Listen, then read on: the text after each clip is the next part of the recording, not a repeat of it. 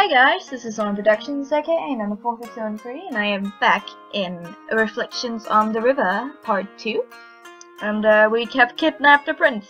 So that's interesting. In any case, I had an important errand to run, blah blah blah blah blah blah, snoring. Royals, they're human too, they even snore, just like you. I'd forgotten to tell him where he could sleep last night, but it seems he had found the right spot on his own. I better head out before he wakes up.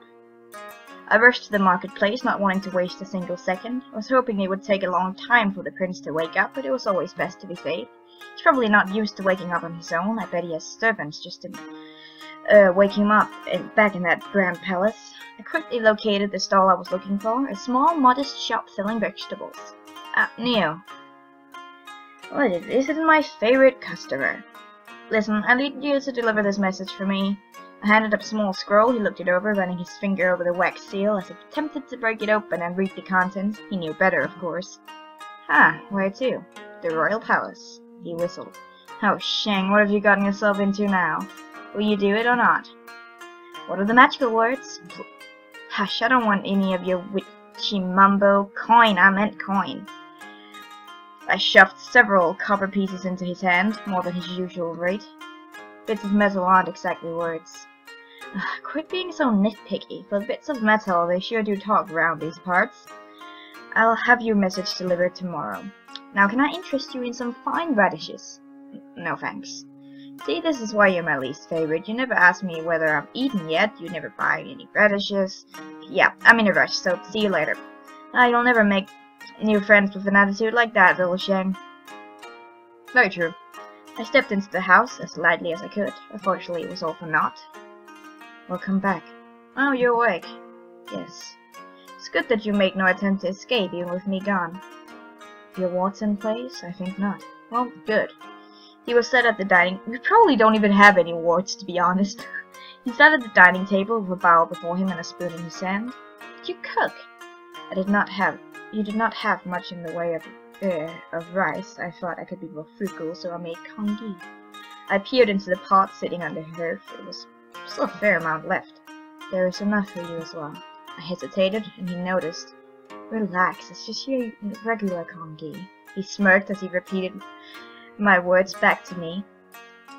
I fetched a bowl and ladled some congee into it before sitting across from him at the table. Thanks for the food. I brought the spoon to my mouth and, well, it isn't bad, but... Did you always have chewy congee at the palace? I swallowed my first spoonful and had another. Oh, what's this? It's crunchy too. Is this some kind of congee and clay pot rice fusion? I looked up to see his face had fallen at my comments. He looked even more upset than when I kidnapped him. Was I being too harsh? I guess he's a prisoner after all. Royal to boot, he didn't have to cook. I thought about it on it quickly and decided to try and turn the situation around.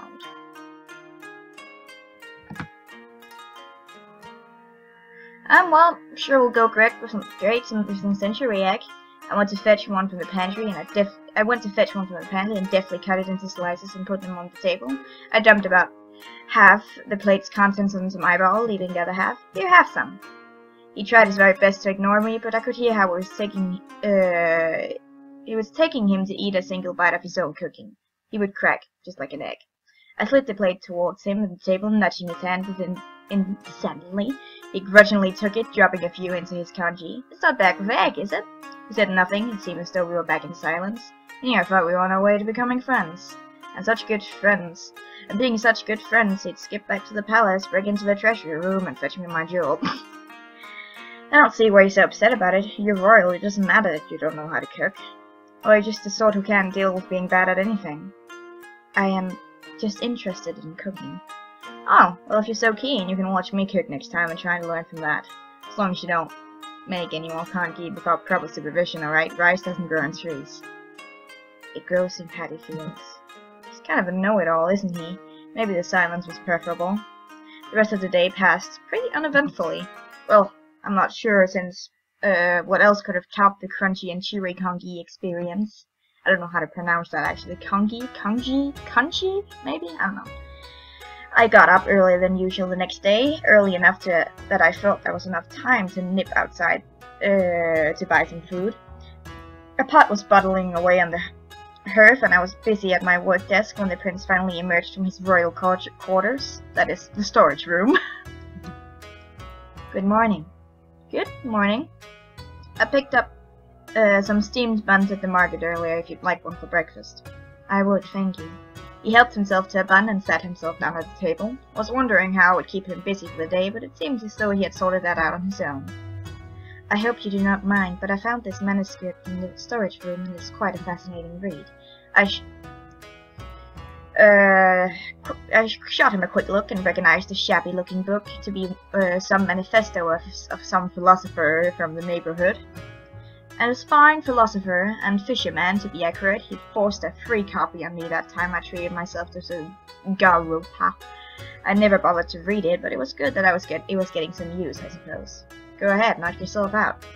Really, this author, Ashu, has such an interesting viewpoint. Where was he educated? I tuned him out and continued focusing on my work, carefully placing measured amount of dried herbs on a set of scales before packaging them up. A knock soon sounded on the door, right on time. The prince made no effort to open it, engrossed as he was in Ashu's scribblings. Really not holding up hope for a rescue, is he? I opened the door and greeted the villager that stood outside. Hold on a moment, Mao. I just need to get your spell. Grabbed one of the pre-measured packets, double-checked the label, and handed it to her. Now you got to brew this by the light of the moon, let it cool before drinking it. And don't forget the magic incantation. I've written it on a sheet of paper in the packet. Of course, thanks a lot. She paid me the usual fee before setting off on her way. There were a couple of more visits. After that, all of them potion and spell pickups. I rearranged some of the vials on my desk as I waited for the last customer to drop by. Had a consultation session for a change. Oh, Princeling, I'm going to need the table, so if you could, I don't know, stand in the corner. He moved to sit at my desk, just as a knock on the door rang out. I opened it and invited the customer in. Ming, right, have a seat. The young man did as he was told, and I took the seat across from him. Lala. So, what business do you need a witch for? Oh, well, you see, it's like, no, I don't see. There's this girl. It's not that it's just, God lend me strength. Get to the point. The sun's making a lap faster than you, boy. So, there's this girl I really like, but she likes to sing, okay.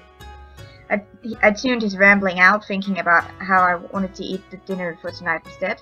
Now that the prince had reminded me of Ashu, that in turn reminded me of the garupa I brought that time. Curses. It was a fine fish, to be sure, definitely not one I can afford on my budget easily. At least I bought 2 small croakers earlier. I could probably grill them. Seemed better than steaming. I only deigned to tune back when it seemed he would finally get to the point of his visit. So I was wondering, I'd possibly get a love potion. No. Why not? Aren't you a witch? I don't work in that kind of magic. I can't help you control someone else. Come back when you've got, I don't know, some mysterious headache or something. But this, I can't help you. I all but shoved the young man out of my door before slamming it shut. What a waste of my time, and I didn't even get any coin out of it. Forgot to demand a consultation charge or something out of that kid. I normally didn't charge consultation fees, but that boy wasted so much of my time it seemed pretty fair. I suppose the very least he was out of here, not yammering on pointlessly anymore.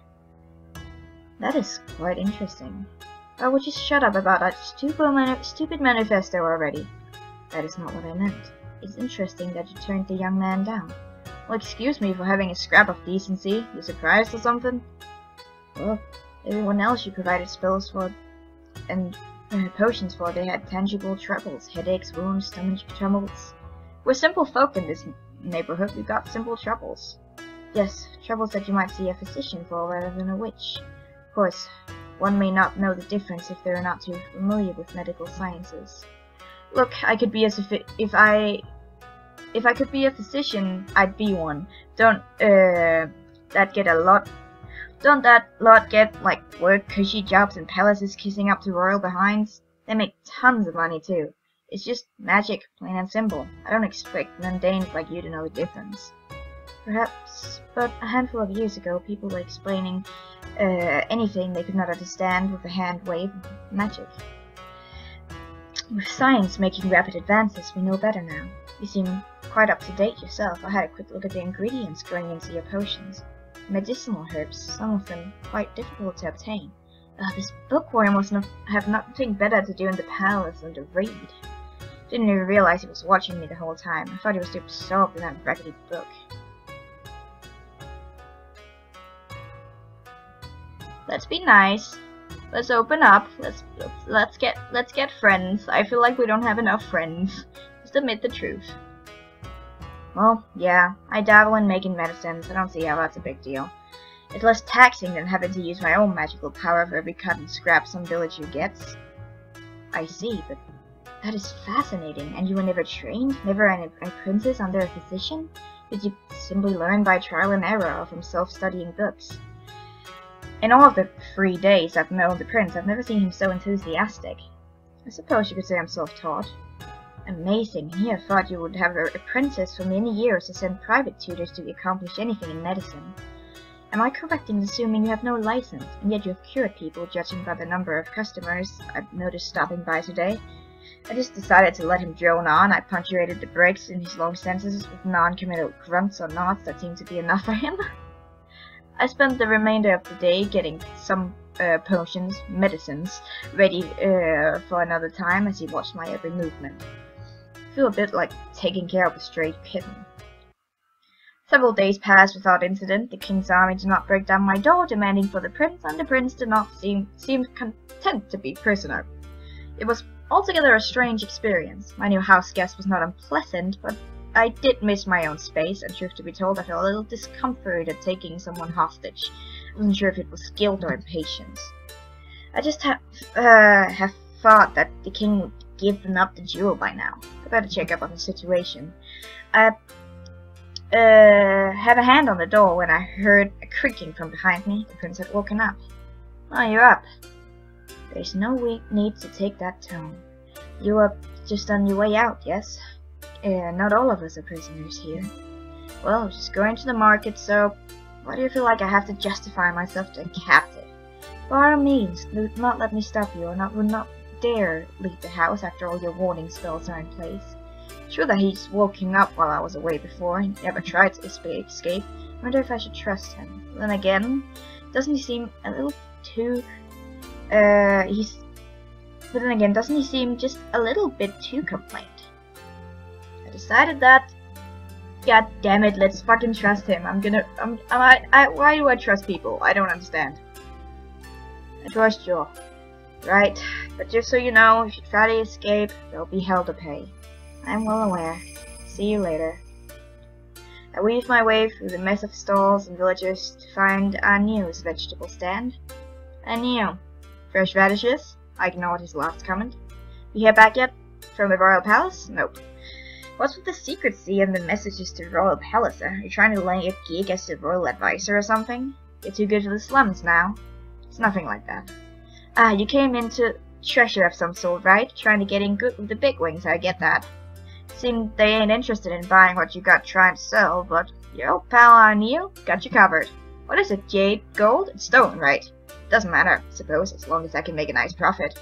Anio, you're possibly the least subtle fence in the long and enduring history of crime. Hey, we're amongst friends here. Anyways, you're not buying or selling. Please go on your way. Your witchiness is scaring away any potential customers. Yeah, I got stuff to do. Going to buy some vegetables from Bai and I'm off. You are a cruel person, Shen. Welcome back. It was still odd being greeted as I stepped into my house. I still wasn't particularly used to this, so I simply nodded in return.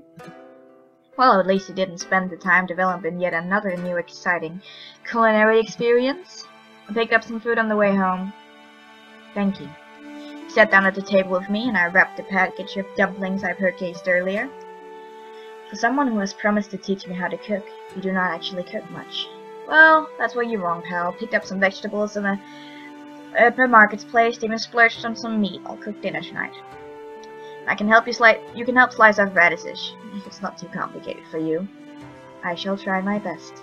I put half the dumplings in one of the bowl and handed it to him. He took it, but did not start eating. Sorry if your princely palate expected something fancier. I got a lot of work to get to later, so I figured something simple would do. I have to end the episode here. I will see you in the next one. Bye!